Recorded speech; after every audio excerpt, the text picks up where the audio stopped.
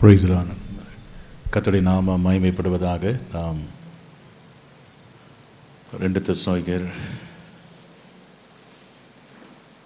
3ஆம் அதிகாரத்தை நாம் தியானித்துக் கொண்டிருக்கிறோம். கர்த்தர் உண்மை உள்ளவர், அவர் உங்களை ஸ்திரப்படுத்தி தீமை நின்று என்ன செய்வார், விலக்கி காத்து கொள்வார்.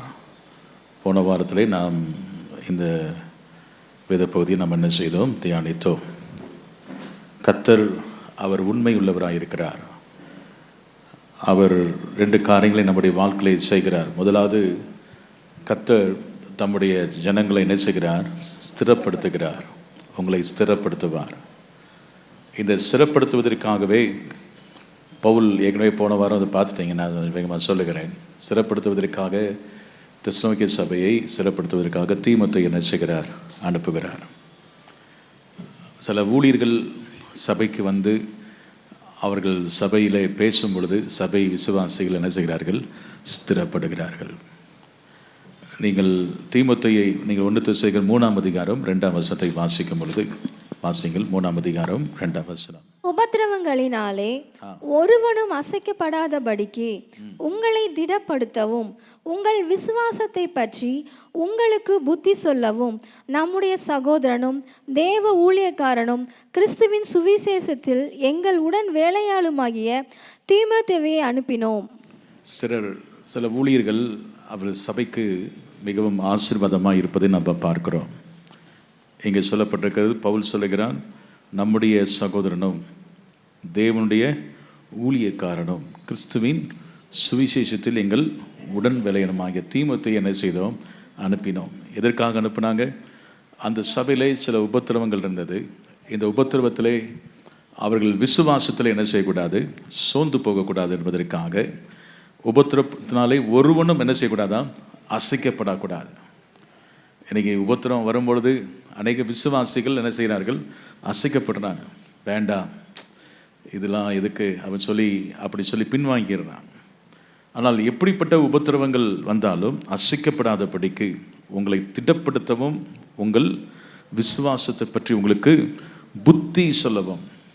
அப்போ ஸ்திரப்படுதல் எப்படி நடக்கிறது என்றால், இந்த ஊழியக்காரன் அந்த சபைக்கு வந்து அவர் என்ன செய்கிறார் என்றால், விசுவாசத்தில் அவர் பெருகும்படியாக அவளை என்ன செய்கிறார், பேசுகிறார், புத்தி சொல்லுகிறார், அங்கே திடப்படுத்துகிறார்.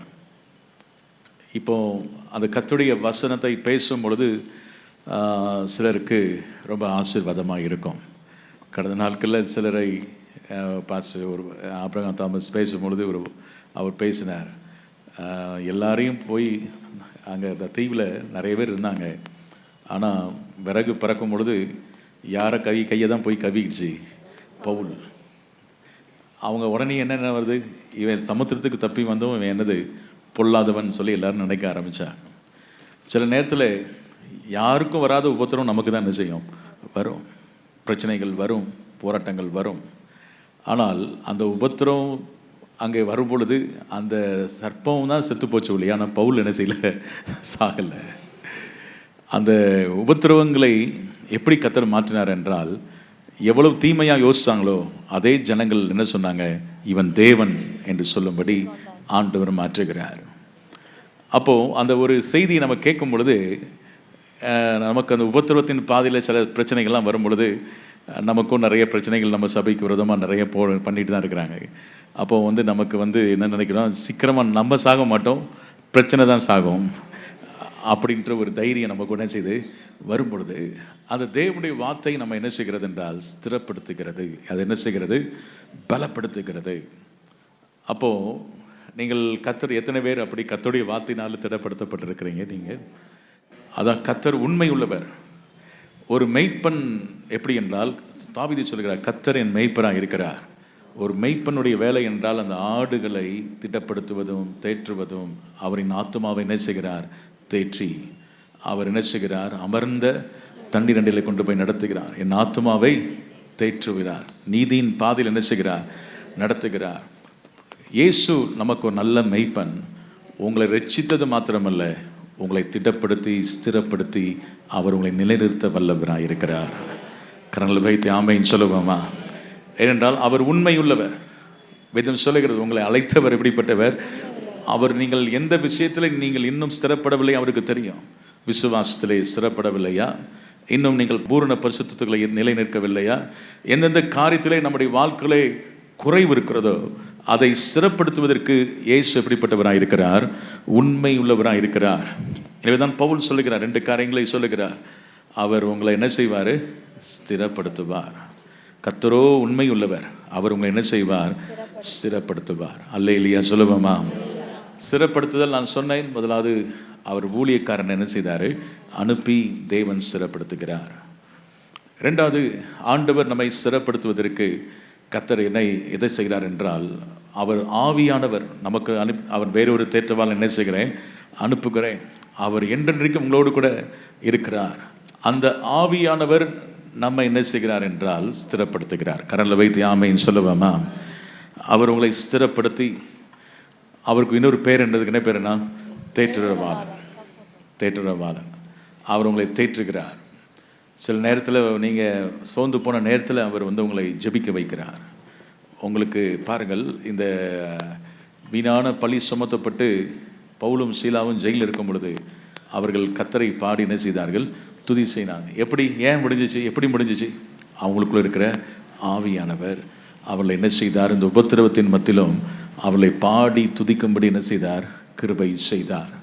அப்போ உங்களுக்குள்ள இருக்கிற ஆவியானவர் உங்களை ஸ்திரப்படுத்தி கொண்டே இருப்பார், தைரியப்படுத்தி கொண்டே இருப்பார், அவர் திடப்படுத்துவார். விசுவாசத்தில் நீங்கள் குறைவுள்ளவர்களாக இருக்கும் பொழுது அந்த விசுவாசத்தை அவர் என்ன செய்வார்? பெருக பண்ணுவதற்கு அவர் உண்மை உள்ளவராக இருக்கிறார். கரங்களை வைத்து ஆமைன்னு சொல்லுவோமா? ஹல்லேலூயா. அப்போது இந்த நாட்களே நாம் இந்த காரியத்துக்காக நாம் ஜெபிக்க வேண்டும். எங்களை ஸ்திரப்படுத்தும் ஆண்டவரே. சில நேரத்தில் சபையார் ஒருவருக்காய் ஒருவர் பண்ணுகிற ஜெபத்தின் மூலமாய் சிலர் ஸ்திரப்படுவாங்க. கரங்களை வைத்து ஆமைன்னு சொல்லுவோமா? பவுல் அதற்காக அவர் சொல்லுகிறார், நான் இரவும் பகலும் கண்ணீரோடு உங்களுக்காக என்ன செய்தேன்? ஜெபம் பண்ணினேன். அப்போது ஒரு நல்ல ஒரு ஊழியர்கள், சபை விசுவாசிகள் விசுவாசத்திலே ஸ்திரப்படணும் என்று சொல்லி அவள் கர்த்தருக்குள் என்ன செய்யணும்? ஸ்திரப்படுவதற்காக உண்மையாக என்ன செய்கிறார்கள்?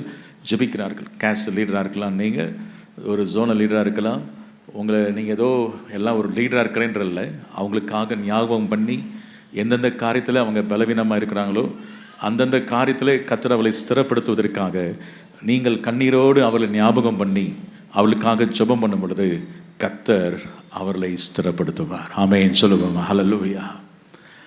அப்போது இது ஊழியம் என்பது இது எவ்வளவு முக்கியமானது பாருங்கள்.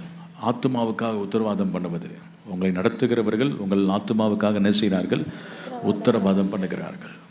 அப்போது எந்த காரியத்திலே சபை குறைவாக இருக்கிறது அப்படின்றதை பார்த்து அதை என்ன செய்ய வேண்டும் என்றால் சரிப்படுத்த வேண்டும். 2வது பவுல் சொல்லுகிறார், தீமை நின்று உங்களை என்ன செய்வார்? விலக்கி காத்து கொள்ளுவார். தீமை என்று சொல்லும் பொழுது 2 விதத்தில் பிசாசு தீமை செய்கிறான். ஒன்று நேரடியாகவே அவன் தீமை செய்கிறான், இன்னொன்று சில ஆட்களை எழுப்பி விடுகிறான். அவன் என்ன செய்கிறான்?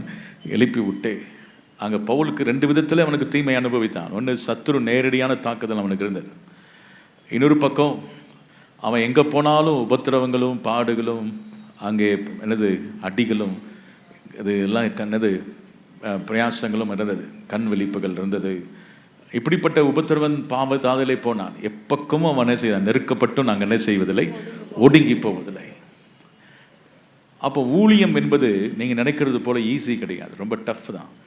ஆனால் அந்த ஊழியத்தின் மத்தியிலே கர்த்தர் சொல்லுகிறார், நான் உன்னோடு கூட நினைச்சுக்கிறேன் இருக்கிறேன். யோசிச்சு பாருங்கள், பவுல் பிரயாணம் பண்ண கப்பலில் பிசாசு என்ன பண்ணிட்டான்? ஆனால் ஏன் உடஞ்சிச்சுன்னா பவுலுடைய ஆலோசனை அவங்க என்ன செய்யலை? கேட்கல. அவன் சொன்னான், இந்த பவுலே இந்த கப்பல் பயணத்தினாலே நமக்கு சேதங்கள் வரும் என்று நான் என்ன செய்கிறேன்? காண்கிறேன். ஆனால் அந்த மாலுமி அந்த கப்பலுடைய தலைவன் மாலுமி சொல்லதான் என்ன செய்தான்? கேட்டான். அனுபவங்கள் தான் பேசிச்சு வெளியே, ஆவியில் அவன் சொன்ன காரியங்களை எச்சரிப்பு அவங்க கேட்கவில்லை. தொடர்ந்து பயணம் சாதகமாக இருக்குது, தென்றல் காற்று சொல்லி போனாங்க. படாட்டு யூரோக்கல்லி தான் என்ற கடுங்காற்று வீசி அடிச்சு கப்பல் என்ன செஞ்சிச்சு? உடஞ்சி போச்சு. ஆனால் பவுல் அந்த நேரத்தில் அவன் விசுவாசத்தை என்ன செய்யலை? விட்டல. பாருங்க, அதான் ஸ்திரப்பட்ட ஒரு தேவனுடைய பிள்ளைகள் எந்த சூழ்நிலையிலும் தைரியமாக இருப்பார்கள். அவங்க அந்த புயல் அடித்தாலும் சரி, எல்லாருடையும் மனதும் கரைந்து போய் என்ன பண்ணுறாங்க, சாப்பிடவே இல்லை. ஆனால் பவுல் மட்டும் நல்லா நினச்சிட்டாரு, சாப்பிட்டார். அவர் சொல்கிறார், எனக்கு தெரியும் நான் எங்கே போய் நிற்கணும், ராயனுக்கு போய் நிற்கணும், நான் சேவிக்கிறவரும். அவர் சொல்லியிருக்கிறார், நீ ராயனுக்கு முன்னாடி போய் என்ன செய்யணும், நிற்கணும்னு சொல்லியிருக்கிறார். இந்த விசுவாசம் பவுலை ஸ்திரப்படுத்தினது. அவனுக்கு தீமை வந்தாலும் அந்த தீமை பாருங்கள், கர்த்தர் எல்லா தீமையிலேருந்து காப்பார் என்ற விசுவாசம் யாருக்கு இருந்தது, பவுலுக்கு இருந்தது. கர்த்தர் என்னை எல்லா தீங்குக்கும் என்ன செய்வார், விலக்கி காப்பார். சாத்தான் மூலமாக வர தீமையாக இருக்கலாம். ஒருவேளை சாத்தான் கடுங்காற்றை வீசி அவன் பயணத்தை தடை செய்வதற்காக என்ன செய்யலாம், பயங்கரமான புயல் அடித்து கப்பல் உடைந்து போனாலும் வேதம் சொல்லுகிறது எல்லாரும் தப்பி என்ன செய்தார்கள், கரை சேர்ந்தார்கள். காரணம் தெரியுமா, கப்பலில் 276 பேர் இருந்தாங்க. 276 பேரும் தப்புனதுக்கு, 275 பேரும் தப்புனதுக்கு காரணம் யாரு, ஒரு மனுஷன்தான். அந்த ஒரு மனுஷனுடைய விசுவாசம், அந்த ஒரு மனுஷன் மற்றவர்களை ஸ்திரப்படுத்தினாலே அத்தனை பேரும் தப்பினார்கள். இருந்தால் நம்ம பவுல மாதிரி இருக்கணும், கரண்டில் வைத்து ஆமைன்னு சொல்லுவோமா. யாருக்காவது சோர்ந்து போயிட்டா, வியாதி வந்தால் உடனே போய் அச்சோ பிரதர் போனவர் தான் ஒருத்தர் போயிட்டார், நீங்களும் போக போகிறீங்க அப்படின்னு சொல்லிட்டீங்கன்னா முடிஞ்சு போச்சு. அவருக்கு அன்னைக்கு நைட்டை யோசித்து செத்து போயிடுவார். அன்னைக்கு பாருங்கள், யோசிச்சு பாருங்கள், கொஞ்சம் கூட வெளிச்சம் கிடையாது, சூரியனை பார்க்கல, சந்திரனை பார்க்கல, பயங்கரமான எத்தனை நாட்கள், 14 days, 14 நாட்கள் இருளுக்குள்ளே இருக்கிறாங்க, நம்பிக்கை இழந்துட்டாங்க. அப்படிப்பட்ட நேரத்தில் ஒருவனுக்கு மாத்திரம் நம்பிக்கை இருக்கிறது, விசுவாசம் இருக்கிறது. கர்த்தர் தப்பை கொண்டு போவார், கரை சேர்ப்பார். அவன் சொல்றான், கப்பல் சேதமே இல்லாமல் பிரயாண சேதம் வராது என்று தைரியமாய் சொல்லக்கூடிய அந்த விசுவாசம் தான் அநேகரை ஸ்திரப்படுத்தும். கரலை வைத்து ஆமைன்னு சொல்லுவேன். சும்மா சர்ச்சைகளை எல்லாரும் ஓட்ட வாய் மாதிரி உளறிட்டு போகக்கூடாது. பேசினா நம்பிக்கை கொடுக்குற வார்த்தை என்ன செய்யணும், பேசணும். தைரியம் கொடுக்குற வார்த்தைகளை பேசணும். ஆண்டவர் பார்த்து கொள்வார், கவலைப்படாதீங்க, ஆண்டவர் அற்புதங்களின் தேவன் அப்படின்னு சொல்லணும். இந்த சிக்கல்லேருந்து உங்களை என்ன செய்வார், வெளியே கொண்டு வருவார், பயப்படாதீங்க அப்படின்னு சொல்லணும். ஐயோ போச்சு அப்படின்னு சொல்லிட்டு முடிச்சிங்கன்னா அவ்வளோதான், சேர்ந்துட்டு. அதான் ஆண்டவர் இந்த ஒப்பாரி வைக்கிறவங்கலாம் ஏசு வீட்டை விட்டு என்ன செஞ்சிட்டாரு, துரத்திட்டான். வெளியே போகும்போது ஒப்பாரி வைக்கிறத விடு, ஐயோ ஐயோ அம்மா அப்படின்னு சொல்லி சிலர் ரேடியோ போட்டு ஒப்பாரி வைக்கிறாங்க பாருங்களேன். சில ஏரியாவில் ஒப்பாரி வைப்பாங்க. அந்த ஒப்பாரி வைக்கிற கூட்டம்லாம் இருந்தால் அற்புதம் என்ன செய்யாது, நடக்கா. அத்தனை பேரும் எவரு வீட்டை விட்டு வெளியே போக சொல்லி, அவள் மறிக்கவில்லை, எப்படி இருக்கிறாள், நித்திரையாக இருக்கிறாள். இல்லாததை இருக்கிறது போல அழைக்கிற தெய்வன். இதுதான் விசுவாசம். இந்த விசுவாசத்தில் நாம் நிலை நிற்கும் போது தான் ஆண்டவர் எனக்காக யாவை என்ன செய்வார், செய்வார். ஒருத்தர் சொன்னார், காரை எடுக்கலை, ஏன்னா பாஸ்டர் வெளியே போனாலே இடிச்சிருவோன்னு பயந்து எடுக்கலை அப்படின்னா. அப்போனா வீட்டுக்குள்ளே பூட்டி என்ன செய்யுங்க, பத்திரமா என்ன செய்யுங்க, வச்சுருங்க. அது எடுக்கவே வேண்டாம். அது என்ன, ஒரு சின்ன ஸ்க்ராட்ச் ஆகிட்டா 10,000 ரூபா 15,000 ரூபா போயிடும் பாஸ்டர். அதனால நான் என்ன செய்யலை, காரை வீட்டுக்குள்ளே வச்சுருக்கிறேன். அவர் விசுவாசம்னா வெளியே போனாலும் எவனா இடிப்பான் அப்படின்னு சொல்லி கார் என்ன தானே ஸ்க்ராட்ச் ஆகும்னு சொல்லி ஆண்டு சொல்லார், உன் விசுவாசத்தின்படி உனக்கு ஆக கிடப்பது. நான் பாட்டு போவேன், இடிச்சா என்ன பாடுதாலும் யாரும் என் பக்கத்தில் என்ன செய்ய, கர்த்தர் காப்பார்ன்ற விசுவாசம் நமக்கு என்ன செய்யணும், இருக்க வேண்டும். கரண்டில் வைத்து ஆமைன்னு சொல்லுவேம்மா. அப்போது நம்முடைய வாழ்க்கையிலே பயத்தை பிசாசு கொண்டு வருகிறான், அவிசுவாசங்களை கொண்டு வருகிறான். வேதனை, பயம், வேதனை உள்ளது. பயத்தின் ஆவி, தேவன் நமக்கு பயம் உள்ள ஆவியை கூடாமல் பலமும் அன்பும் தெளிந்த புத்தி உள்ள ஆவியை கர்த்தர் கொடுத்திருக்கிறார். அப்போ இந்த விசுவாசத்தினால் நீதிமான் என்ன செய்வான், பிழைப்பான். அப்போ கர்த்தர் உண்மையுள்ளவராக இருக்கிறார். நீங்கள் சபை உண்மையாக கர்த்தரை நேசிப்பீங்கன்னா, அவரை ஆராதிப்பீங்கன்னா உங்களை கைவிட மாட்டார். எல்லா பகுதியிலும் கர்த்தர் உங்களை சிறப்படுத்தி. நேற்று ஒரு ஊழியக்காரர் சொன்னார், பாஸ்டர் உங்களுக்கு கர்த்தர் சிங்கத்தின் இருதயத்தை கொடுப்பார் அப்படின்னு சொன்னார். ஏன்னா சிங்கம் எதற்கு என்ன செய்யாது, பின்னடையாது. அது சிங்கம், அது எப்படி இருக்கும், தைரியம், சிங்கத்தை போல தைரியம். ஏன்னா நிறைய பிரச்சனை நமக்கு வருதுன்னா ஒவ்வொரு பிரச்சனையாக பார்த்து பார்த்து பார்த்து கடைசியில் பார்த்துக்கோ அப்படின்ட்டு வந்துடும். அப்படி ஆண்டவர் நம்ம இருதயத்தை என்ன செஞ்சிருவாரு, நீ யாராக இருந்தாலும் வாடா பார்த்துக்கோ, ஒரு கை பார்த்துக்கோ அப்படின்னு சொல்லி நிற்கிற அளவுக்கு கர்த்தர் என்ன பண்ணிடுவார், இருதயத்தை ஸ்திரப்படுத்திடுவார். அதுதான் பாருங்கள், அந்த நம்முடைய உள்ளத்தில் கர்த்தர் கொஞ்சம் கொஞ்சமாக பாடுகளை அனுபவித்து இருக்கு. நம்முடைய கைகளை யுத்தத்துக்கு என்ன செய்கிறார், பழக்க வைக்கிறார். கொஞ்சம் எதுவுமே நமக்கு வராமல் சாஃப்டாக வச்சுருந்தாரு வச்சுக்கோங்க.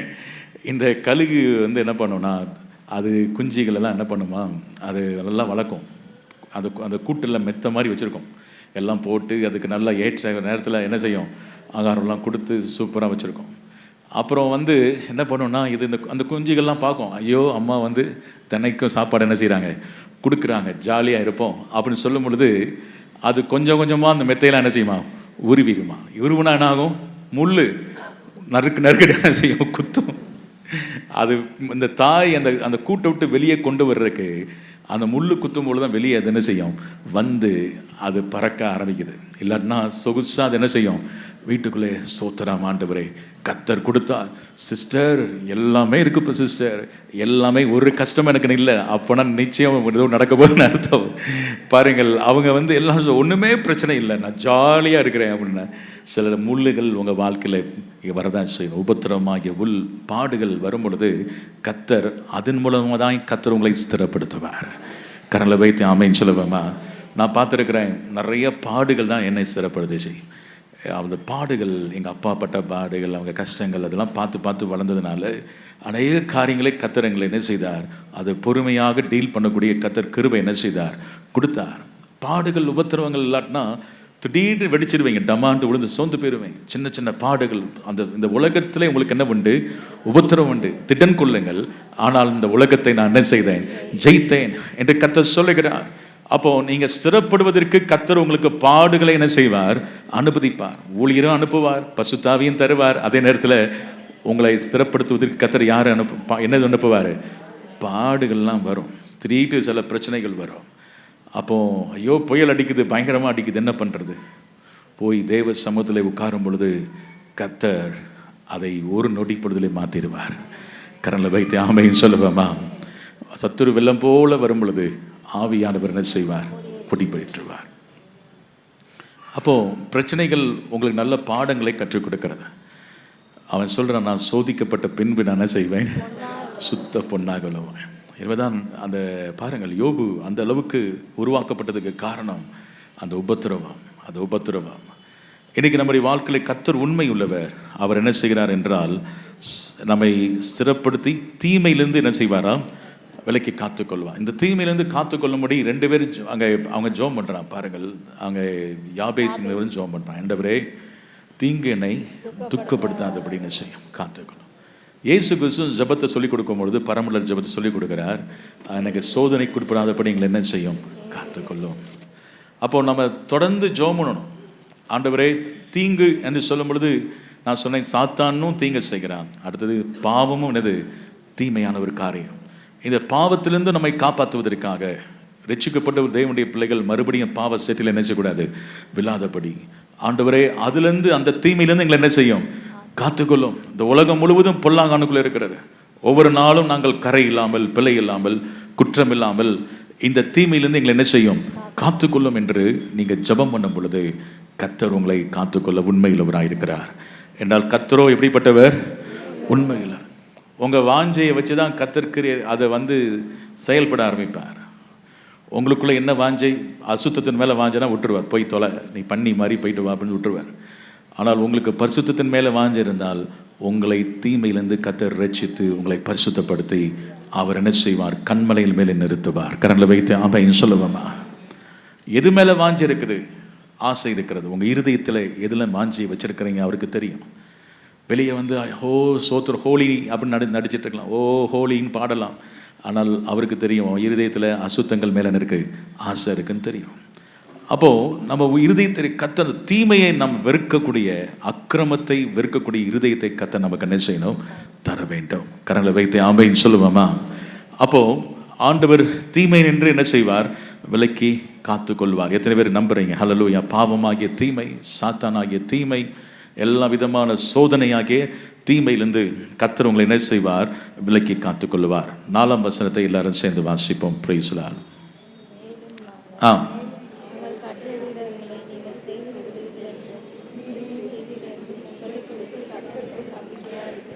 மேலும் நாங்கள் கட்டளையிடுகிற யாவையும் நீங்கள் செய்துவீர்கள் என்று, இனிமேலும் செய்வில் என்றும் உங்களை குறித்து கர்த்தருக்குள் நம்பிக்கையாக இருக்கிறோம். பவுலுக்கு சில அத்தாரிட்டி இருந்துச்சு. 5 விதமான ஊழியங்கள் இருக்கிறது. அதில் பவுலுடைய அழைப்பென, புறஜாதிகளுக்கு அப்போஸ்தலன். இந்த அப்போஸ்தலிக் அத்தாரிட்டியில் பேசுகிறார், அப்போஸ்தல அதிகாரம். அதனால தான் அந்த அப்போஸ்தல அதிகாரத்தை பவுல் பல இடங்களில் என்ன செய்கிறார், செயல்படுத்துவதை நீங்கள் பார்க்குறோம். அந்த அதிகாரத்தை பயன்படுத்தி அவர் என்ன செய்கிறார், பிசாசுகள் என்ன செய்கிறார், குறி சொல்கிற ஆவி என்ன செய்கிறார், துரத்துவதை பார்க்கிறோம். அந்த அத்தாரிட்டியை பயன்படுத்தி பாப்போ பட்டணத்தில் எலிமா என்பவனை அவனை தடுமாற பண்ணி கீழே விழ வைத்து அந்த இடத்துல செர்கியு பவுலுக்கு சுவிசேஷத்தை என்ன செய்கிறார், சொல்லுகிறார். அதே போல் மரித்து போன ஐத்திகுவை உயிரோடு என்ன செய்கிறார், எழுப்புகிறார். சில அப்போஸ்தல அதிகாரம் இருக்கிறது, அப்போஸ்தலிக் அத்தாரிட்டி. அவங்களுக்கு அழைக்கப்பட்ட அழைப்பில் அந்த அழைப்புக்கு ஏற்ற ஒரு அபிஷேகத்தையும் ஒரு அதிகாரத்தையும் கர்த்தர் அவங்களுக்கு என்ன செய்வார், கொடுப்பார். சிலருக்கு தீர்க்க தரிசன அபிஷேகம், தீர்க்க தரிசன ஊழியன்னா தீர்க்க தரிசன அபிஷேகம் இருக்கும், அந்த அத்தாரிட்டி இருக்கும்.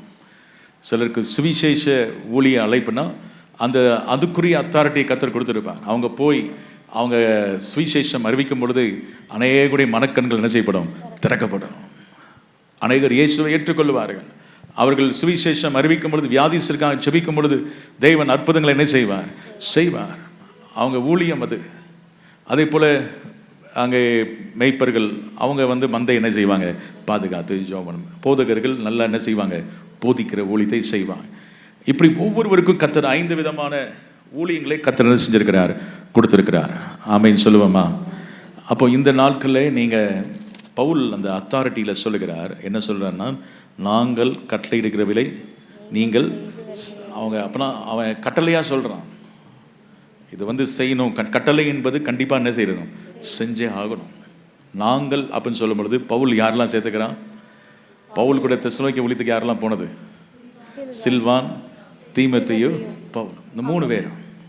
இந்த 3 பேரையும் சேர்த்துக்கொள்ளுகிறான். இதுதான் பவுலுடைய பாருங்கள், அவன் தன்னை மட்டும் இல்லை, அந்த 3 பேரும் நாங்கள் அப்படின்னு சொல்லும் பொழுது அந்த அத்தாரிட்டியோட நாங்கள் ஊழியக்காரர்களாக நாங்கள் உங்களுக்கு கட்டளை இடுகிறதாவது அவன் சொல்லுகிறான். அவன் சொல்ல என்ன காரியம் என்னவென்றால், அங்கே சொல்லப்பட்டிருக்கிறது, நீங்கள் செய்து வருகிறீர்கள் என்றும் இனிமேலும் செய்வீர்கள் என்றும் உங்களை குறித்து கர்த்தருக்குள் நம்பிக்கையாக இருக்கிறோம். இந்த சபையை குறித்து பாராட்டுறான். இது வரைக்கும் நாங்கள் சொன்னதெல்லாம் செஞ்சுட்டு தான் இருக்கிறீங்க. ஊழியக்காரருக்கு அந்த சபை என்ன செய்தது, கீழ்ப்படிந்தது. நாங்கள் சொன்ன கட்டளையெல்லாம் நீங்கள் என்ன செய்கிறீங்க, நிறைவேற்றி வரீங்க. எங்களுக்கு என்ன நம்பிக்கை இருக்குதுன்னா, இனிமேலும் நீங்கள் அதை செய்வீங்க நம்புகிறோம். எப்படி நம்புகிறோம் என்றால், கர்த்தருக்குள் நம்பிக்கையாக இருக்கிறோம். கரங்களை வைத்து ஆமென் சொல்லுவோமா? பவுல் இந்த நம்பிக்கையை வைத்திருந்ததை தான் பார்க்கிறோம். இனிமேலும் செய்வீர்கள். கலாத்தியர் 5:10 வாசிங்கள். கலாத்தியர் 5ஆம் அதிகாரம் 10ஆம் வசனத்தை வாசிங்கள்.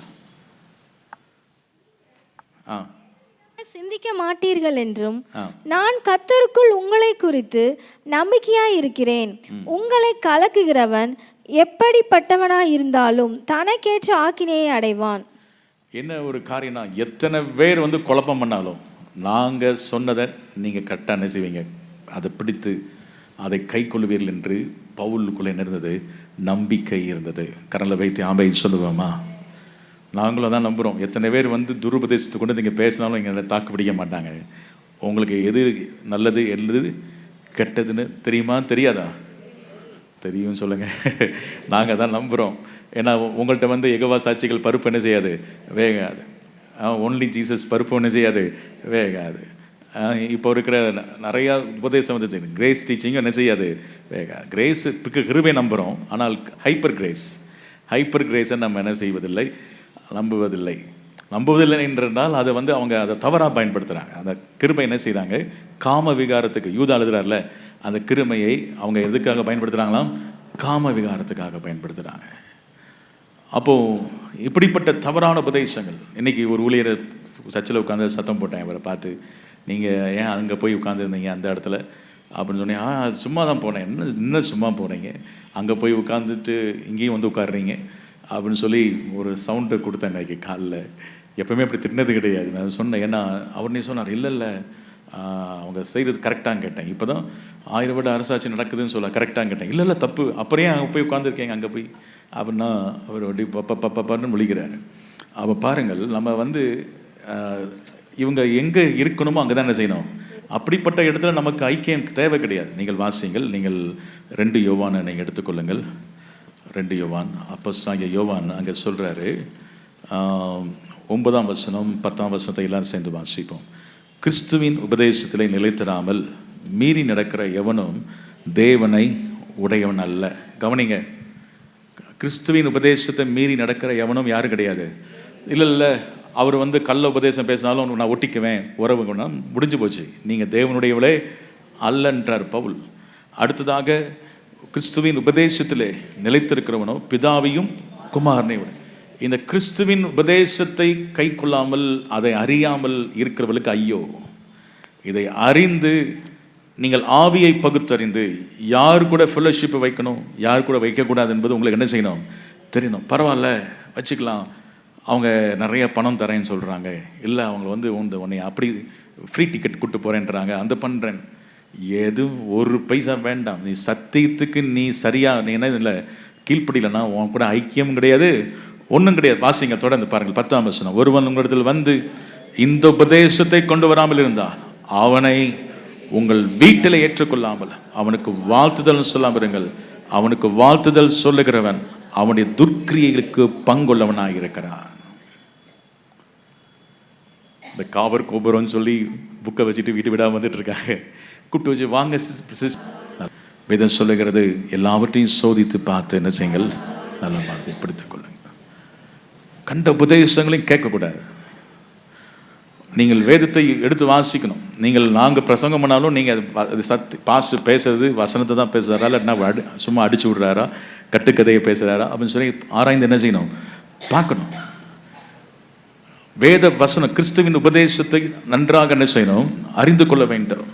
அப்போ இந்த நாட்களிலே பாருங்கள், அவங்க நிறைய உபதேசங்கள் இருக்கிறது. பவுலுக்கு ஒரு நம்பிக்கை இருக்குது இந்த தெசலோனிக்கே சபையை குறித்து. என்னவென்றால், இது வரைக்கும் செஞ்சுட்டு இருக்கீங்க, இனிமேலும் நாங்கள் சொன்னதை என்ன செய்வீங்க என்று உங்களுக்குள் கர்த்தருக்குள் நாங்கள் எப்படி இருக்கிறோம், நம்பிக்கை இருக்கிறோம்.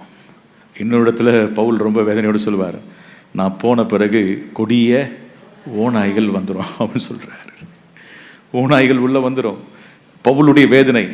அப்போ அவருக்குடைய அவ்வளோ தூரம் கஷ்டப்பட்டு ஊழியம் செஞ்சிருக்கிறார். ஆனால் அவருக்குள்ள என்ன பயம் வந்துருச்சு, ஓநாய்கள் சபைக்குள்ள என்ன செஞ்சிடும், வந்துடுமோ அப்படின்னு சொல்லி அவர் வேதனையோடு என்ன செய்கிறார், இருக்கிறார். பிரயாசத்தை பாருங்கள், இரவும் பகலும் நினைச்சானா, கண்ணீரோடு இடைவிட்டாமல் அவனுக்கு என்ன செய்தானா, ஏன்னா அவனுக்கு தெரியுது இந்த சபையை விட்டுட்டு போனோம்னா பின்னாடி யார் வருவ, கொடிய ஓநாய் வரும். ஓநாய்னா என்ன தெரியுமா, அது வெளியே ஆட்டுத்தோலை போத்திருக்கும், ஆனால் உள்ள யாரு, ஓநாய். அது என்ன பண்ணால் அதோடைய நோக்கமே பச்சிக்கிறது தான், இழிவான ஆதாயத்துக்காக ஊழியம் செய்தல். அவர்கள் என்ன செய்வார்கள் என்றால், அவர்கள் தவறான காரியங்களுக்காக வருவாங்க, வீடுகள் தோறும் வருவாங்க, வந்து அவர்கள் வீடுகள் தோறும் கலெக்ஷன் பண்ணுறது தான் அவங்களுக்கு என்னது வேலை. அப்போ அந்த கொடிதான ஓநாய்கள் அதுக்கு தப்புனோம்னா நம்ம என்ன செய்யணும், சத்தியத்தை நம்ம என்ன செய்யணும், அறிந்து கொள்ளணும். வேதம் சொல்லுகிறது. அப்போ இந்த சத்திய வசனங்களை நீங்கள் அறிந்து இந்த உபதேசங்களை நல்லா கை கொண்டால் நிச்சயமாகவே நீங்கள் கெட்டு போக மாட்டீங்க. அவர் பவுலுக்கு அந்த நம்பிக்கை வந்தது போல் ஒவ்வொரு ஊழியக்காரனுக்கும் ஒரு நம்பிக்கை இருக்கும்.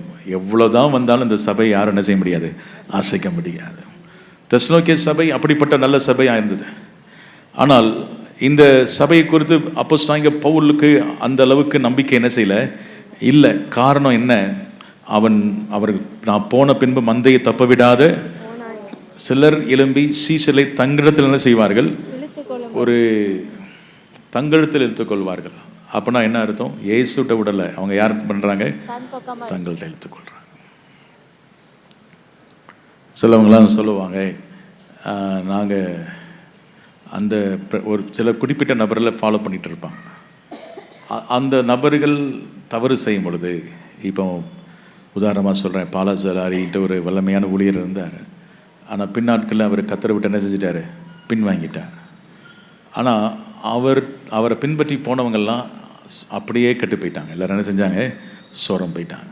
ஆனால் அவர் நல்லா இருக்கும்பொழுது அவர் மூலமாக ரட்சிக்கப்பட்டு சத்தியத்தை அறிந்தவர்கள், அவர் தப்பாக போன பிறகும் பின்னாடி என்ன செய்யலை, போகாமல் தங்களை காத்து கொண்டார்கள். கரலை வைத்தியாமைன்னு சொல்லுவோமா. அப்போது நம்ம ஒரு மனுஷனை பின்பற்றுவதில்லை, யாரை பின்பற்றணும், இயேசுவை பின்பற்றணும். ஆண்டவராக இயேசுல என்ன செய்யுங்க, பின்பற்றி வாருங்கள், நான் உங்களை என்ன செய்வேன், மனுஷரை பிடிக்கிறவளாய் மாற்றுவேன் சொல்றார். ஒரு நல்ல ஊழியக்காரன் தனக்குன்னு ஒரு கூட்டத்தை என்ன செய்ய மாட்டான், சேர்க்க மாட்டான். அவனுடைய தனக்குன்ட்டு ஒரு கூட்டத்தை சேர்த்தானா அவன் அப்சலோம். அவன் தனக்கு பின்னாடி ஒரு கூட்டத்தை சேர்க்கிறானா அப்சலோம். ஆனால் ஒரு நல்ல ஊழியக்காரன் அவன் கிறிஸ்துவின் நேராய் ஜனங்களை என்ன செய்வான், வழி நடத்துவான். அதுதான் முக்கியமான ஒரு காரியம். எல்லாரையும் இப்போ நான் வந்து என்னையவே சார்ந்திருக்கவங்கள பயிற்றுவிக்கிறேன் நான் கிடையாது. நான் சொல்கிறேன், என்கிட்ட ஜோமனை வராதிங்க தான் சொல்கிறேன். இப்படி தான் வரக்கூடாது. நீங்கள் வந்து ஜோம் பண்ணுங்க, கர்த்தர் உங்களுக்கு என்ன செய்வார், பேசுவார். நீங்கள் ஊழியம் செய்யக்கூடாது அப்படின்னு சொன்னோன்னா, ஒரு சில சபைகளாம் நாங்கள் தான் ஊழியம் செய்வோம், நீங்களாம் என்ன செய்யக்கூடாது, ஊழியம் செய்யக்கூடாது, நீங்கள் எல்லாரும் ஊழியம் செய்யுங்கன்னு சொல்லி நாங்கள் என்ன செய்கிறோம், உங்களை உற்சாகப்படுத்துகிறோம். ஆமென் சொல்லுவோம். ஹல்லேலூயா. அப்போது இந்த நாட்களிலும் கூட பவுல் இந்த சபைக்கு எழுதும் பொழுது சொல்லுகிறான். அடுத்த வருஷத்தை வாசிங்கள். கர்த்தர் உங்கள் இருதயங்களை தேவனை பற்றும் அன்புக்கும் கிறிஸ்துவின் பொறுமைக்கும் நேராய் நடத்துவாராக. பவுலுடைய மறுபடியும் இந்த அதிகாலத்தில் ஏற்கனவே 2 ஜெபத்தை பண்ணார், 2 குறிப்பு. இப்போ 2 குறிப்புக்காக ஜெபம் பண்ணுறாரு. என்ன குறிப்புனா, ஒன்று, உங்கள் இருதயங்களை என்ன செய்யணுமா, தேவனை பற்றும் அன்புக்காக நேராக நடத்தணும். 2வது என்ன குறிப்பு, கிறிஸ்துவின் பொறுமைக்கு நேராக என்ன செய்யணும், நடத்தணும். இந்த 2 காரியங்களை நீங்கள் உங்கள் வாழ்க்கையில் கரெக்டாக ஆயிடுச்சுன்னா, நீங்கள் எவ்வளவு உபத்திரம் வந்தாலும் பாடுகள் வந்தாலும் உங்களால் என்ன செய்ய முடியும், தாக்கு பிடிக்க முடியும். கரண்டில் வைத்து ஆமைன்னு சொல்லுவோமா. அப்போது இந்த நாட்களில் இன்றைக்கி அநேகர் என்ன செய்கிற ஒரு தப்பு என்னென்னா, அவங்க கிறிஸ்துவின் அன்பு, அந்த பாருங்கள், தேவனின் அன்பு, தேவனை பற்றும் அன்புக்கும், தேவனை பற்றும் அன்பு. அந்த அன்பு என்னென்னா, யோவான் 3ஆம் அதிகாரம் 16ஆம் வசனம் தான். நமக்கு பார்க்காம தெரியும், எல்லாம் சொல்லுங்க. விசுவாசிக்கிறவன் எவனோ அவன் கெட்டு போகாமல் நித்திய ஜீவனை அடையும்படி அவரை தந்தருளி இவ்வளவாய் உலகத்தில் அன்பு கூர்ந்தார். அந்த அன்பை எப்படி வெளிப்படுத்தினான், தேவன் தம்முடைய சொந்த குமாரனை என்ன செய்தார், நமக்கு அனுப்பினார். அந்த தேவனுடைய அன்பை ருசி பார்க்கணும், அன்பை அறிந்து கொள்ளணும். அப்போ பவுல் ஜெபிக்கிறார், உங்கள் இருதயங்களை தேவனை பற்றும் அன்புக்கும் அப்படின்னு சொல்கிறார். இன்னும் தேவன் உங்களை எவ்வளவாய் நேசிக்கிறார் என்பதை நீங்கள் என்ன செய்யணும், அதுக்கு நேராய் நீங்கள் நடத்தப்படணும். அந்த அன்பை அறிந்து கொண்டதுனால தான் பவுல் சொல்கிறார், இந்த அன்பை விட்டு பிரிப்பவன் யார், உபத்திரமோ வியாகுலமோ பசியோ பட்டினியோ எது இருந்தாலும் சரி, இந்த அன்பை விட்டு ஒருவர் என்ன செய்ய முடியாது, பிரிக்க முடியாது. ஏனென்றால் ஆண்டவராய் உங்களை அந்த அன்புக்குள்ளே கொண்டு வந்துட்டான். நான் சொல்லுவது பாருங்களேன், எத்தனை பேர் பாருங்களேன், கடந்த நாட்களே ஒரு ஊழியர் பேசியிருக்கும் போது சொன்னார், அந்த ஐஎஸ்ஐ அந்த இஸ்லாமிய தீவிரவாதிகள் அவர்கள் என்ன செஞ்சுருக்கிறாங்க, ஒரு 2 ஊழியர் பாசஸ் ஃப்ரெண்ட்ஸ் அவங்க இருந்திருக்கிறாங்க. ஒரு ஊழியர் தன்னுடைய ஃப்ரெண்டை பிடிச்சிட்டு போய் கழுத்தை வெட்டி என்ன செஞ்சிட்டாங்க, கொண்டுட்டாங்க. இவருக்கு 2 பேர் க்ளோஸ் ஃப்ரெண்ட்ஸ். கொஞ்ச நாள் கழித்து பாருங்கள், இவரையும் பிடிச்சிட்டாங்க. பிடிச்சோடனே இவர் ஜோமிட்டே போகிறாராம், ஆண்டவரே, சில மாதங்கள் கழித்து நண்பனுக்கு என்னாச்சுன்னு தெரியாது இவருக்கு, ஆனால் அவரை கொண்டுட்டாங்க, நண்பனை கொண்டுட்டாங்க, வெட்டி கொண்டுட்டாங்க, இரத்த சாட்சியாக மறிச்சிட்டார் அவர். இவரையும் பிடிட்டு போகிறாங்க. இவர் ஜோம் பண்ணுறாராம், என்னை சித்திரவதை பண்ணி கொல்லக்கூடாது, ஒரே கன் ஷூட்டில் என்ன செய்யணும், கொல்லட்டும் ஆண்டவரே அப்படின்னு ஜோம் பண்ணிட்டு போகிறாங்க. என்ன கண்டிப்பாக கொன்றுவாங்க தெரியும், என்னை வந்து சித்திரவதை பண்ணி என்ன செய்யக்கூடாது, கொல்லக்கூடாது. அப்படின்னா எந்த அளவுக்கு அவங்க கர்த்தருக்காக சாக ஒப்பு கொடுத்தாங்கன்னா எந்த அளவுக்கு தேவனை நேசிச்சிருப்பாங்க பாருங்கள். அவங்களுக்கு தெரியும் இந்த உலகம் என்னது, தற்காலிகமான இடம், இந்த சரீரம் ஒன்றும் கிடையாது. சரீரத்தை கொல்ல வல்லவர்களுக்கு நீங்கள் பயப்படாமல் ஆத்துமாவை நரகத்தில் தள்ள வல்லவருக்கு என்ன செய்யுங்கள், பயப்படுங்க. இந்த சரீரம் ஒன்றுமே கிடையாது அவங்களுக்கு தெரியும். அதனால தான் தைரியமாக ஒருத்தர் கொண்டுட்டாங்க. அடுத்தவரும் அவர் சொல்கிறாரு, என்னை சித்திரவதை பண்ணி கொல்லக்கூடாது, ஒரே ஷாட்டில் என்ன செய்யணும், காலி பண்ணணும் அப்படின்னு சொல்லிட்டு கூப்பிட்டு போகிறாங்க. கூப்பிட்டு போகும்பொழுது அவர் ஜோமன்ட்டே போகிறாங்க. ஜோமன் போகும்பொழுது ஒரு குறிப்பிட்ட இடம் வந்துருச்சு. அந்த இவருக்கு உடனே அந்த கூட்டிகிட்டு போகிறவன் கண்ணை கட்டி அதான் கூட்டிகிட்டு போவாங்களாம்.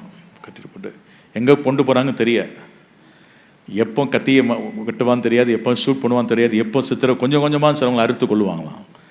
இப்படி பயங்கரமான சித்திரவதை பண்ணுவாங்க. என்ன நடக்கும்னு தெரியாது. ஆனால் இவர் அங்கே போகும்போது கேட்குறாரா, ஒரு கேட்கணும், ஆவியானவர் வேவுறார், கேளு, என் ஃப்ரெண்டை கூட்டிகிட்டு போனீங்களே என்ன ஆச்சு அப்படின்னு சொன்னோடனேயும் அந்த மனுஷன் சொன்னான்னா, அவனை உங்கள் ஃப்ரெண்டை கூட்டிகிட்டு போனி கொன்னுட்டோம், அதுக்கு பிறகு தான் எங்களுக்கு பிரச்சனையே ஆரம்பிச்சிச்சு அப்படின்னாரா. என்ன பிரச்சனை, எங்களால் தூங்கவே முடியல, எங்கள் டீமில் எங்கள் குழுவில் இருக்கிற ஒருவரும் தூங்கலை, திடீர் கனவு வந்துகிட்டே இருக்குது. கை ஃபுல்லாக ரத்தமாக, அப்படியே கையை எங்கள் கையிலேருந்து ரத்தமாக ஒழுகுது. அதை இரவு பகலும் அதே தான் பார்த்துட்ருக்குறோம். எங்கள் கை ஃபுல்லாக எல்லாரும் அதை தான் பார்க்குறோம், ரத்தமாக ஒழுகிட்டு இருக்குது. எங்களுக்கு நிம்மதி இல்லை, தூக்கம் இல்லை, சாப்பிட முடியல. அப்போது வந்து ஒரு தூதன், நாங்கள் உடனே கடவுளே நாங்கள் தப்பு பண்ணிட்டோம், எங்களை காப்பாற்றுன்னு சொன்னோம். அப்போ வந்து ஒரு தூதன் வந்து சொன்னான், நீ கொன்னல்ல, அவன் ஃப்ரெண்டு ஒருத்தன் இருக்கிறான், அவனையும் கூட்டிகிட்டு வா, அவன் ஜோமனா உன்னை சுகமாக்குவோன்னு சொன்னான். அதனால் உங்களை கூட்டிகிட்டு வந்திருக்கிறோம்.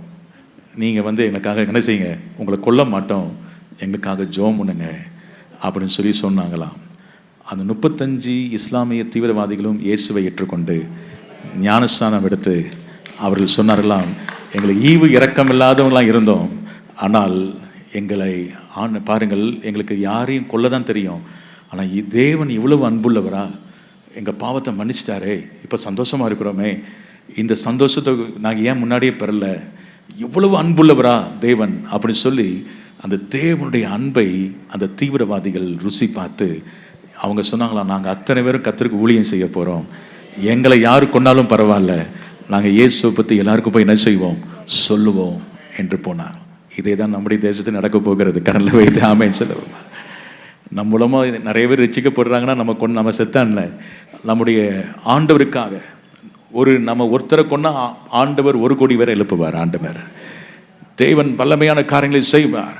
ஏன்னா நமக்கு தெரியும் தேவன் அன்புள்ளவர், அவர் அன்றியும் அவருடைய தீர்மானத்தின்படி அழைக்கப்பட்டவர்களாய் தேவனிடத்தில் அன்பு கூறுகிறவர்களுக்கு சகலமும் நன்மைக்கு இதுவாய் நடக்கும். இன்றைக்கும் ஏன் இஸ்லாமியர்களுக்காக நம்ம ஜெபிக்கணும்னா, இன்றைக்கும் சொப்பனத்தில் தரிசனத்தில் கர்த்தர் அவங்க கூட பேசிகிட்டே இருக்கிறார். அநேக இமாம்கள் ரட்சிக்கப்படுறாங்க. எனவே இந்த நாட்கள் அதன் அவங்களுக்காக ஒரு ப்ரேயர் நடந்துட்டு இருக்குது. நீங்கள் எல்லா ப்ரேயர்லையும் அவங்களுக்காக ஜெபிக்கிறத நீங்கள் என்ன செய்யாதீங்க, மறக்காதீங்க. ஆண்டவரே, எங்கள் தேசத்தில் இந்தோனேஷியாவுக்கு அடுத்தபடி இந்தியாவில் தான் அதிக இஸ்லாமியர்கள் என்ன செய்கிறாங்க, இருக்கிறார்கள். அவர்கள் ரட்சிக்கப்படணும், அவர்களுக்கு உங்களுடைய அன்பை என்ன செய்யணும், நீர் காட்ட வேண்டும் என்று சொல்லி நீங்கள் ஜெபம் பண்ணுங்கள். அப்போது கர்த்தரோ உண்மையுள்ளவர், அவர் உங்களை ஸ்திரப்படுத்தி அவர் உங்களை தீமையிலிருந்து என்ன செய்வார், காத்துக்கொண்டு. அது மாத்திரமல்ல, அந்த கட்டளை அவர் அங்கே அந்த கட்டளை அந்த தேவனுடைய அன்புக்கு நேராக அவங்களை என்ன செய்வாராம், நடத்துவார். கரங்களை வைத்து ஆமென் சொல்லுவோமா? அந்த தீவிரவாதிகளையே தேவ அன்புக்கு நேராக நடத்துவார்னா நம்மை இன்னும் அதிகமாய் நடத்துவார். அந்த தேவனுடைய அன்பை ருசி பார்க்காதவங்க சீக்கிரமாக கிறிஸ்தவ வாழ்க்கை சலித்து போயிடும். ஆமாம், என்ன சர்ச்சுக்கு வந்தேன் போனேன் அவங்க முறுமுறுப்பாங்க. ஏன்னா ஏன் அவங்க நீங்கள் சபைக்கு வர்றதுனால பரலோகம் போக முடியாதுங்க. உங்களுக்கும் தேவனுக்கும் தனிப்பட்ட விதத்தில் ஒரு இன்டிமேசி இருக்கணும், ஒரு நல்ல ஒரு உறவு என்ன செய்யணும். இல்லாமல் நீங்கள் சொல்லலாம், நான் சர்ச்சுக்கு வந்தேனே, காணிக்க கொடுத்தேனே, ஏன் நரகத்துக்கு போகிறேன்னா உங்களுக்கும் ஆண்டவருக்கும் சம்பந்தமே கிடையாது. ஏதோ வந்தோம் காணிக்க கொடுத்தா முடிஞ்சு போச்சுன்னு நினைக்கக்கூடாது. நீங்கள் உங்கள் பாவங்கள் மன்னிக்கப்பட்டு உங்களுக்கும் தேவனுக்கும் தனிப்பட்ட வாழ்க்கையிலே ஒரு உறவு என்ன செய்யணும், இருக்கணும். அவரை அறிந்து கொள்ளணும், அவரை அறிந்து கொள்ளணும். நீங்கள் இயேசுவை தெரியும் சொன்னால் அவர் சொல்ல நான் உங்களை அறியேன்னு சொல்லிடக்கூடாது. அந்த இன்டிமேசி அதான் முக்கியம். ஒரு தெய்வ ஊழி என்ற சொன்னார், கடந்த நாட்களை கூப்பிட்டு சொன்னார், நீ ஊழியமே செய்யாட்டாலும் பரவாயில்ல குர்பான், நீ வந்து உன் பர்சனல் ப்ரேயரை என்ன செய்யாத, விட்டுறாது. யார் காலையிலே கூப்பிடுறாங்க ஓடாத. காலையிலே சிலர் 5 மணிக்கெலாம் வீட்டுக்கு வா ஜோமனை வாலாம் கூப்பிடுவாங்க, நீ போயிடாத. நீ வந்து தேவ சமூகத்தில் உட்கார்ந்து ஜோம் பண்ணிட்டு அவரோடு கூட நேரத்தை என்ன செய், செலவு பண்ணிட்டு அதுக்கு பிறகு போ அப்படின்னு சொன்னார். அப்போ நான் 5 மணிக்கெலாம் நாங்கள் ஊழியம் செய்யணும்னா முன்னாடியே என்ன செய்யணும், எந்திரிச்சு தேவனோடு நேரத்தை என்ன செய்யணும், செலவு பண்ணிட்டு தான் போகணும். ஏனென்றால் அந்த தனிப்பட்ட உறவில் தான் தேவ அன்பை நீங்கள் என்ன செய்ய முடியும், அறிய முடியும். எத்தனை பேர் நான் நேற்று முந்தான ஒரு ஊழியர் காலையில் 5 மணி ப்ரேயருக்கு பேச சொன்னேன். அப்போது வந்து நான் என்ன செய்தி எடுத்து வச்சிருந்தேனோ அதே பேசுகிறார் அவர். அங்கே எனக்கு ஷாக் ஆகிடுச்சு. என்னடா அவர் பேசினார், நான் வந்து அதிகாலை ஜெபத்தில் நான் எடுத்து வச்சுருந்தேன் இயேசு எப்படிப்பட்ட சந்தர்ப்பங்கள்லாம் ஜெபித்தார் அப்படின்னு சொல்லி. அவர் ஜனக்கூட்டமாக இந்த நேரத்தில் என்ன செய்தார், ஜெபித்தார், இப்படி வரிசையாக பாயிண்ட் எடுத்து வச்சுருக்கிறேன். கரெக்டாக அதே அச்சு மாறாமல் பேசுகிறார் அவர். அப்போது எனக்கு ஷாக் ஆயிடுச்சு. அப்போ ஒரே ஆவியானவர் பாருங்கள், அவர் வந்து நான் எடுத்து வச்ச செய்தி நான் பேசலை, அவர் தான் பேசினார். ஆனால் அதே மெசேஜ் என்ன செஞ்சார், பேசினார். அப்போது உங்களுடைய இருதயத்தை தேவ அன்புக்கு நேராக அவர் என்ன செய்யணும், நடத்தும் பொழுது அது ரொம்ப ஆச்சரியமானது. ரெண்டாவது அங்கே பவுல் என்ன சொல்கிறாருன்னா, கிறிஸ்துவின் பொறுமை.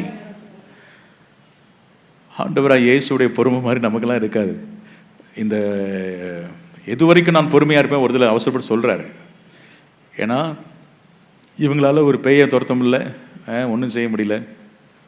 ஆண்டவர் சொல்ல அற்ப விசுவாசிகளே அப்படின்னு கோவலாம் படுறாரு. பார்த்தா ஒருத்தன் சொல்கிறான், சாவிலும் பின்பற்றுவேன், யார் உண்மை மட்டும் போனாலும் என்ன செய்ய மாட்டேன், போக மாட்டேன்னு சொன்னாலும் அவன் தான் முதல்ல என்ன செஞ்சான், மறுதளிச்சான். மறுதளிச்சா கூட பரவாயில்ல, சபிக்கவும் சத்தியம். அவரை இயேசுவை என்ன செஞ்சிருக்கிறான், சபிக்கிறான்,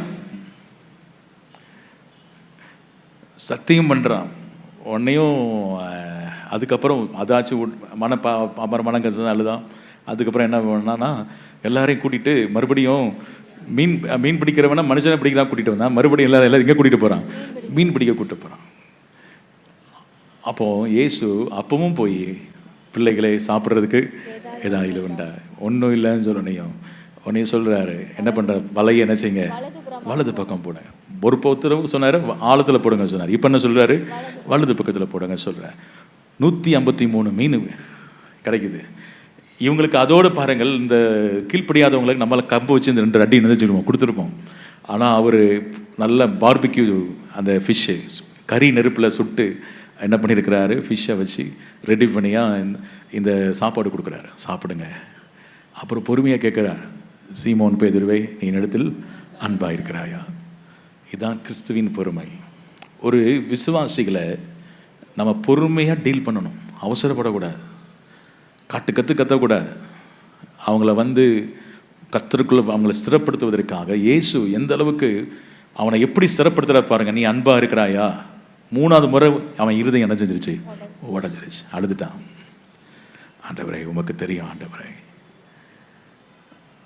அவர் சொல்ற, நீ எல்லாரையும் காட்டிலும் என்னை அதிகமான நேசிப்பாயா? அவன் இருதயத்தை உடைக்கிறார் ஆண்டவர். உடைச்சி பொறுமையாக, அதான் கிறிஸ்துவின் பொறுமை.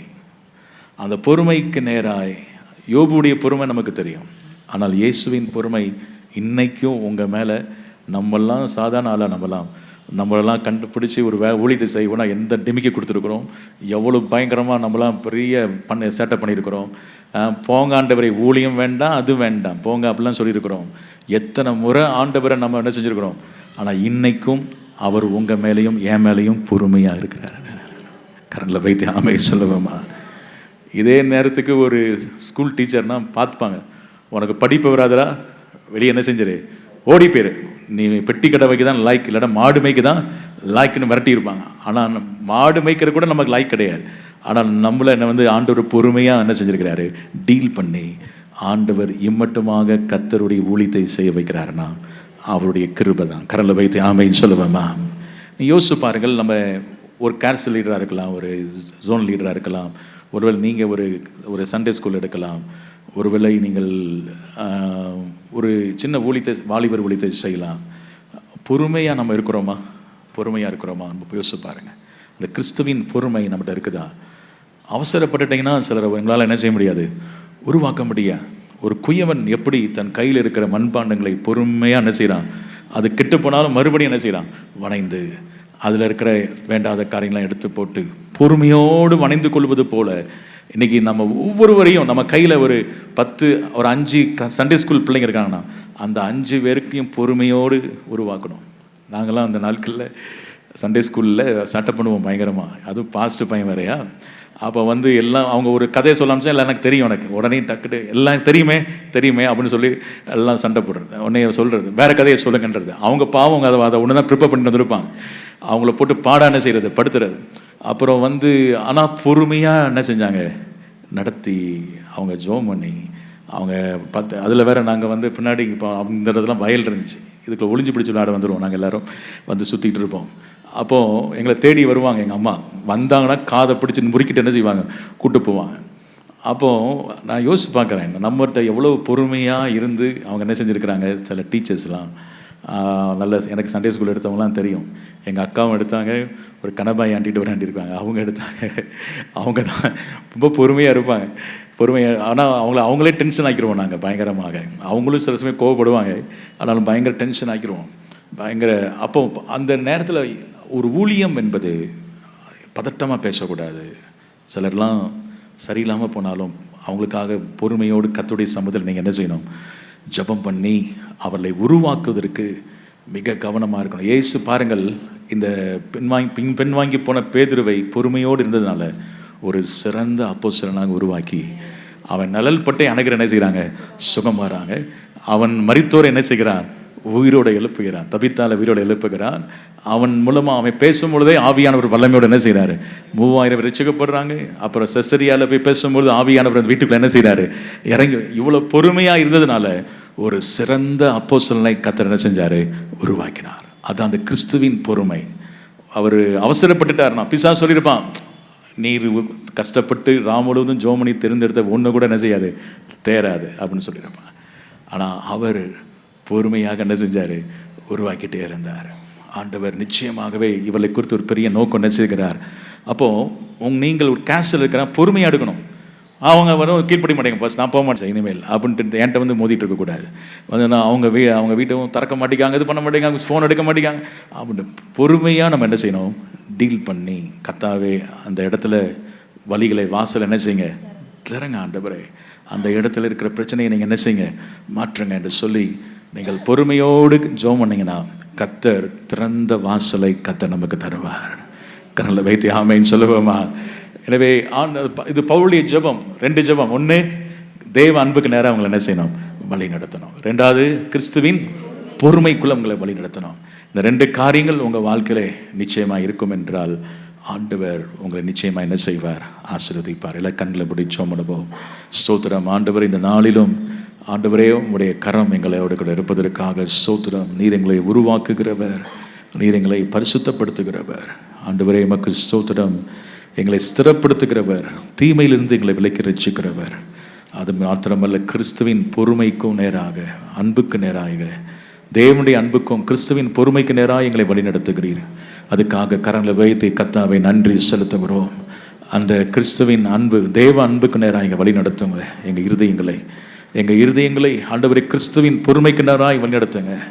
அந்த அன்பும் பொறுமையும் எங்களுக்குள்ளே அதிகமாக பெருகும்படி நாங்கள் ஜெபிக்கிறோம் ஆண்டவரே. இந்த ஆண்டவரே உமக்கு ஸ்தோத்திரம். வேத பாடத்தில் இன்னும் நாங்கள் கற்றுக்கொள்ள வேண்டிய காரியங்களை கற்றுக்கொள்வதற்கு பரிசுத்த ஆவியானவர் எங்களுக்கு உதவி செய்ய வேண்டும் என்று ஜெபிக்கிறோம் ஆண்டவரே. அந்த ஆண்டவரை ஒவ்வொருவரையும் நாங்கள் கவனமாக உருவாக்கிவிட உதவி செய்யும். எல்லாம் வலது கரங்களை வித்துக்காக ஜெபம் பண்ணுங்க. நாங்கள் அவசரப்பட்டு பதட்டம் அடைந்து எதுவும் பேசிடாதபடி ஆண்டவரே ஒவ்வொருவரும் எங்களுக்கு தேவை. அவர்களை மிக பொறுமையோடு கவனமாக உருவாக்க கர்த்தர் எங்களுக்கு கிருபை தாரும். உமக்கு ஸ்தோத்திரம். சிலர் ஒழுங்கற்றவெல்லாம் இருப்பாங்க, ஆனாலும் அவங்கள்ட்டையும் பொறுமையாய் நடந்து கொள்ளக்கூடிய கிருபையை கர்த்தர் எங்களுக்கு தரும்படி ஜெபிக்கிறோம். ஆண்டவரை தொடர்ந்து கர்த்தர் வழி நடத்துவீராக. இயேசுவின் நாமத்தில் ஜெபிக்கிறோம் நல்ல பிதாவே, ஆமென். என் ஆத்துமாவே கர்த்தரை ஸ்தோத்திரி, என் முழுவதும் பரிசுத்த நாமத்தை ஸ்தோத்திரி. என் ஆத்துமாவே கர்த்தரை ஸ்தோத்திரி, கர்த்தர் செய்த சகல உபகாரங்களையும் மறவாதே. ஆமென், ஆமென்.